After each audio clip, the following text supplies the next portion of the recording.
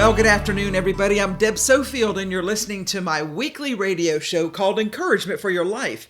Many of you know I'm a national speaker and trainer, and as a coach, I help people find their voice and learn to use it.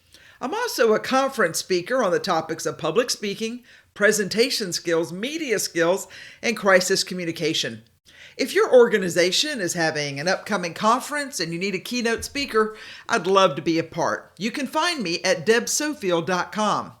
I've got a number of great books on the market. You can find my books on Amazon. Just go to Amazon, type in my name, Deb Sofield, and all my books will appear. My newest book, Perfecting Your Platform, was just released, and that too is available.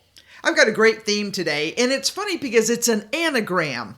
And remember, an anagram is when you use the same letters and have a different word.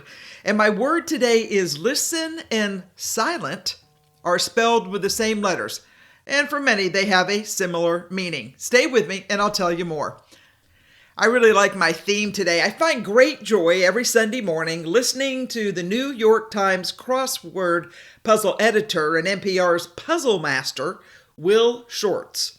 Will is an American puzzle creator and editor, and I gotta say, I think it is fascinating that he's the only person that I know of, according to his online bio, to hold a college degree in, I think it's enigmatology, which is the study of puzzles. Who knew you could go to college for that? Okay, well anyway, I love to play along when he presents the on-air quiz to one lucky contestant and then gives a challenge for those of us listening at home. Now, sometimes I can figure out the puzzle, and sometimes I have no clue what the puzzle answer will be. And that's when I'm glad that the NPR host helps the hapless player who's connected to the show by a phone. A few weeks ago, Will did a series of anagrams. So an anagram is when you rearrange letters to make different words using the same letters.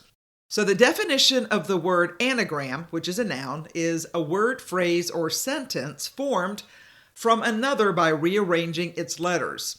Angel is an anagram of glean. So when I was thinking about my show and what I wanted to work on, that just kept coming back to mind. And the word that I kept hearing, seeing, and kind of just came to me was listen. And then it hit me that listen and silent are an anagram. They have the same letters, but create two different words. And what's interesting is that these two words have the same value when it comes to their true meaning, at least in my opinion. Alfred Brendel has a famous poster that says, "Listen and silent are spelled with the same letters." Coincidence? I don't think so, and I don't either. I do find it interesting that those two words are so closely aligned. And when I came across a quote from Rachel Remen, it hit home for me. She says this: "The most basic and powerful way to connect to another person is to listen. Just listen. Perhaps the most important thing we ever give each other is our attention. A loving silence often has far more power to heal and to connect than the most well-intentioned words." The power of listening is probably one of the most underrated skills we should have learned as kids. Everybody wants to talk and be heard, but it seems to me that so few know how to be silent and listen. I love the quote that says, "Most people do not listen with an intent to understand. They listen with the intent to reply." Now, trust me, I am talking to myself today as well as you, because I think listening is a skill we can all brush up on at any age in life and then give the gift of loving silence to others. It seems so simple to stop and listen, but we know that it's not something most of us do well. So when you start listening and you slow down on your constant chatter to your spouse, your friends, your family, trust me, they are not going to know what to do with you. In fact, they're probably going to look at you like, is something wrong? And they might even question your motives. So just be ready to explain that you are working on your listening skills to understand all the information that they are giving. Now, trust me, it's going to take a few times for your spouse or friends to become comfortable with your new actions, but don't worry. Over time, they'll come to appreciate the fact that you're really trying to be a better listener, friend, and confidant. We all know that listening is important. That's a given, even though we don't do it or don't do it well. But let me give you a few reasons why I think we should all get to work on this wonderful and simple gift that we can give to others. I think the first one's probably the most important. People need to know that their words matter. The second one, they need to know that you listen and you hear them. And probably the third one, which I think we would all agree to, everybody needs to be assured that you're listening without judgment. So let me take them in that order. I think people need to know that their words matter. Every time I pick up a magazine, it seems the topic these days is about building stronger relationships in life and work or family. When you and I are silent and allow someone to have their say, and we listen to them until they are done talking, it gives them a sense of completion. Your gift of silence and allowing them to speak will, for the most part, settle a place in their soul because it's obvious to them that their words matter to you. So, in turn, they matter. And really, isn't that what everyone's searching for? A reassurance that they matter? When someone speaks to you on a personal level, they need to feel that you care for them and that you care enough to value their words, which in turn, for many, equals your valuing their feelings, their emotions, and their life. Sometimes people just want to be heard, and they struggle to get the right words out to express their truth. You know how frustrating it is when you want to say something and the words just don't come, or you can't think of the right word to use. But if you'll just slow down, allow the brain to catch up with the mouth, many times the right words will come, and what needs to be said will be. Friends, remember, most people simply want to know that they matter. And they express that need by the words they use. And then they wait for us to either accept or reject them by our use of words. We can, in a word, dismiss their feelings, belittle their emotions, or devalue their worth if we're not careful to understand that what they need from us is to know that their words matter. People also need to know that you listen and you hear them. I know I speak a lot on the value of words because I see it from the work I do that it's important for people to know that they are heard above the noise of life. You and I give a great gift when we are silent and allow others to speak and be heard. And I say that because I hear a lot of people talking, yet nobody's listening. And what we need to do is combine the two so we speak and are heard. If you were to ask me, I believe this issue of people not listening is what causes some of the greatest anger that we see and hear nowadays in the media, at work, and perhaps in our own families. It's important that we stop and pay attention to others when they speak. And when they know that you're listening and that you hear pretty much every word they say, you give them a sense of self-worth. Isn't that amazing? By doing one simple action, you're giving that person a voice and showing them that you listen and hear them. That one simple act will have a long-lasting impact on them. I mean, really, don't we all? You often hear the phrase made popular by Stephen Covey in his Habits book, and habit number 5 is, seek first to understand, then to be understood. It's a habit of listening to other people's ideas and feelings. I've really thought about this habit because that simple action for so many could change everything, and in its simplicity, it proves value and provides a sense of worth and place when we seek to understand others. And by doing so, it becomes apparent that we are listening and that we hear what's being said. Now, perhaps the hardest part of listening is to do so without judgment. Mark Chernoff says most people don't need your advice. Okay, I'm going to say that again because all of us need to hear that one. Friends, most people don't need your advice. They need your time and your positive reinforcements. What they want to know is often already somewhere inside of them. They just need time to think, be, and breathe, and continue to explore the undirected journeys that will eventually help them find their direction. I mean, think about it. We are a nation addicted to advice. We like to give it, we like to get it. Turn on your TV most any afternoon, and someone is doling out advice on life and love, happiness, weight loss, kids, in-laws, outlaws, pets, you name it. And although it makes for entertaining television, it doesn't always work in real life. I wonder if we really stop to see the needs of our friends and family and coworkers, if we could just stop and listen without judgment and allow them to find their way forward with us quietly or even silently encouraging them onward. Listen, there's nothing more damaging than a rush to judgment when all someone needed or wanted or hoped for was a little space of silence to find their voice, to hear it clearly as they work out their plan for their life in that moment. If we did our part of listening without judgment and allowing others to talk it out, I think you and I would be the blessing that so many need today. Because in the comfort of friends and the safety of companionship, the respect we give others will let those we love know that their words matter and that we're listening and that we hear them. Yeah, I like that one. I know, a little bit different, the whole idea of an anagram, listen and silent.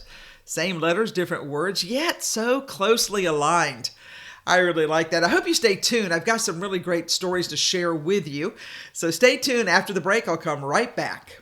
Hi, I'm Deb Sofield. I'm a national speaker and an executive speech coach based here in Greenville, South Carolina. Hey, friend, if you or someone you know is interviewing for a job or college or law school or medical, dental, veterinary school, call me.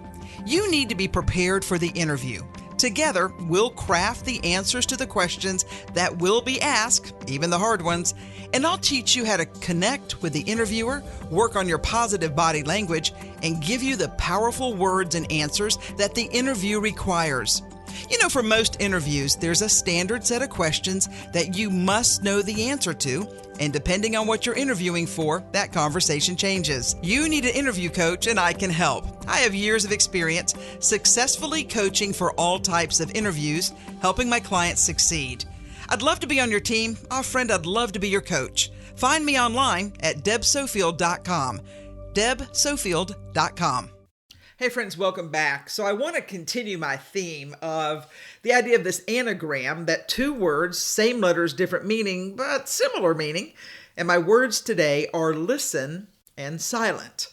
I came across a number of interesting articles. Let me share one with you called Reasons Why Listening is Important. We all know it, but let me just remind you. And it's from a website called The Important Site. Well, that's one way to name yourself. Here we go. Communicating well consists of two parts, expressing yourself and then listening to others. Many people forget the second part, listening to others. Lots of people are good at talking, but when it's time to hear the thoughts and feelings of someone else, we often fall short. Listen, listening can be very challenging. It comes naturally to very few people, so to improve, we've got to be more intentional. And why is listening worth the extra effort? Well, here's a few reasons. Number one, listening builds trust.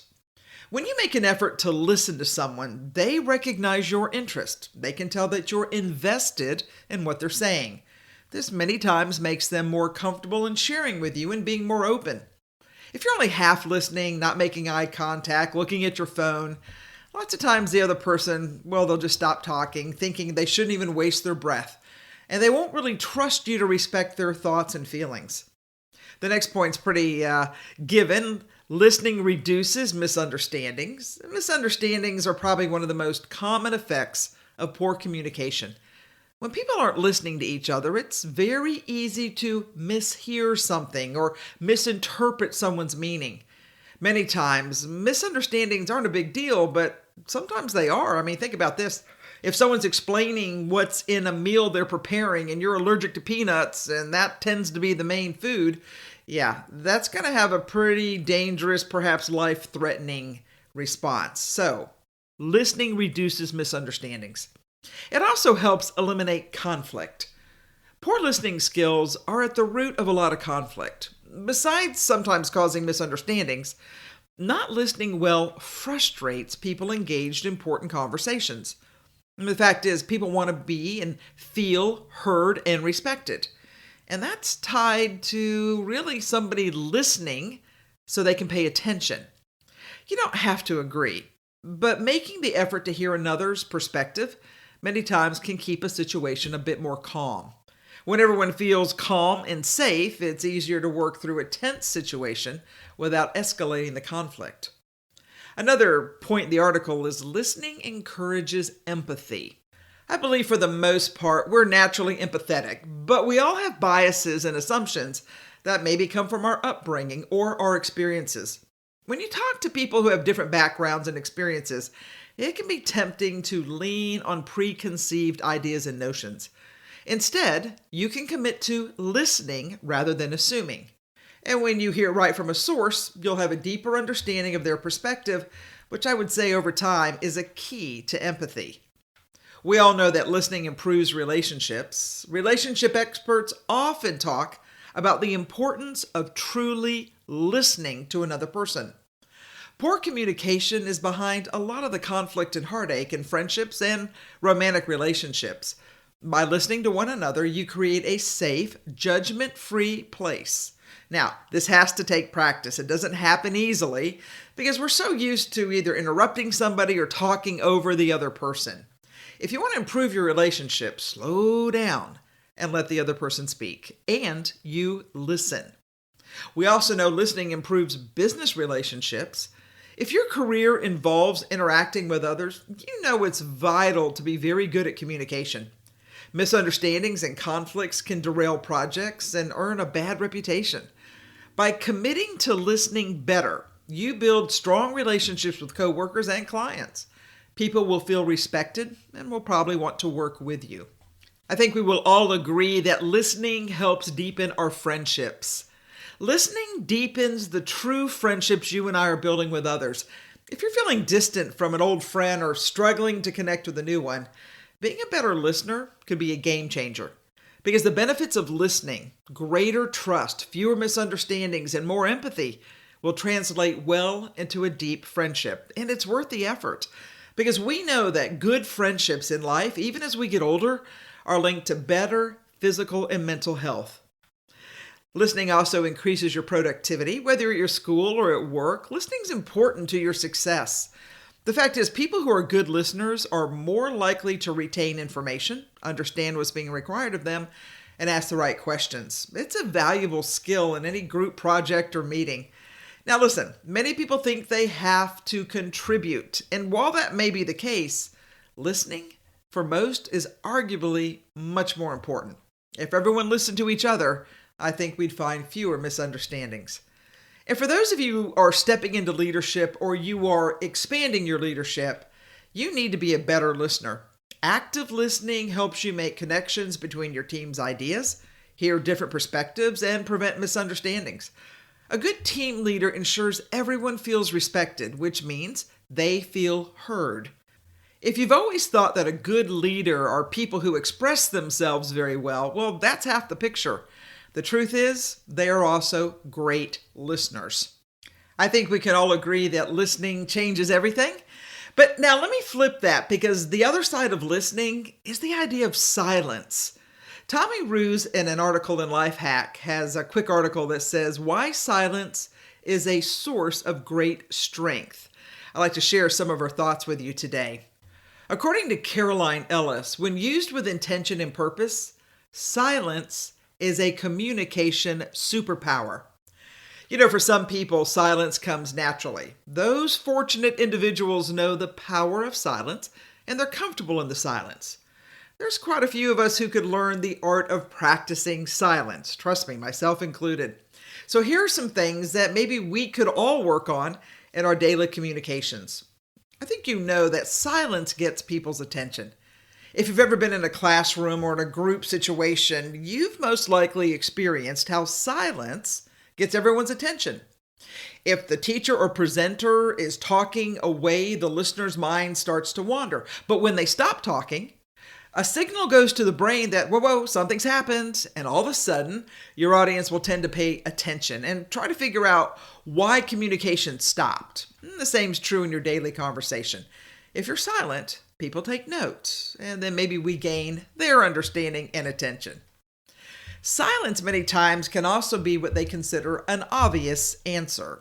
Sometimes when we communicate, we say too much. We over-explain. If a question is met with silence, there is often an answer in that silence. We can also soften the blow of a negative answer by silence being the response. There's an implied no without harsh words or too many words that may do more harm than good. I like the next point, and that silence offers empathy to others. There are times in life where silence offers empathy and understanding.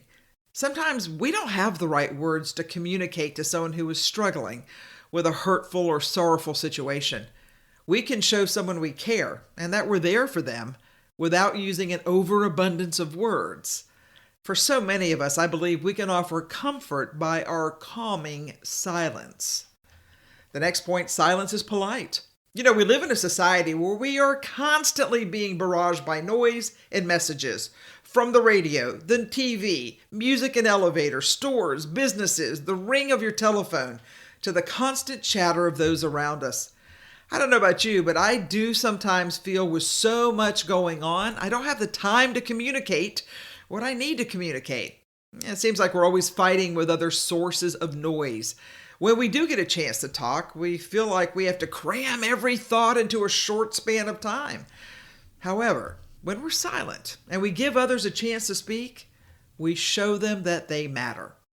We can be effective communicators by utilizing our ability to be silent. There is great strength in silence. Now we just need to practice. The old adage is right. Practice makes perfect, and silence is golden.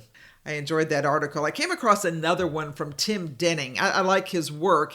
And his headline is, "You can avoid a lot of trouble with silence."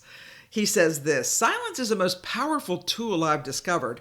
It can help you escape kamikaze peoples heading straight for you." The power of silence is not often taught. Social media teaches us to react to every little thing. To give a like or a comment on social media appeals to our dopamine-driven brain, according to research. What if you simply avoided the problem by the use of silence?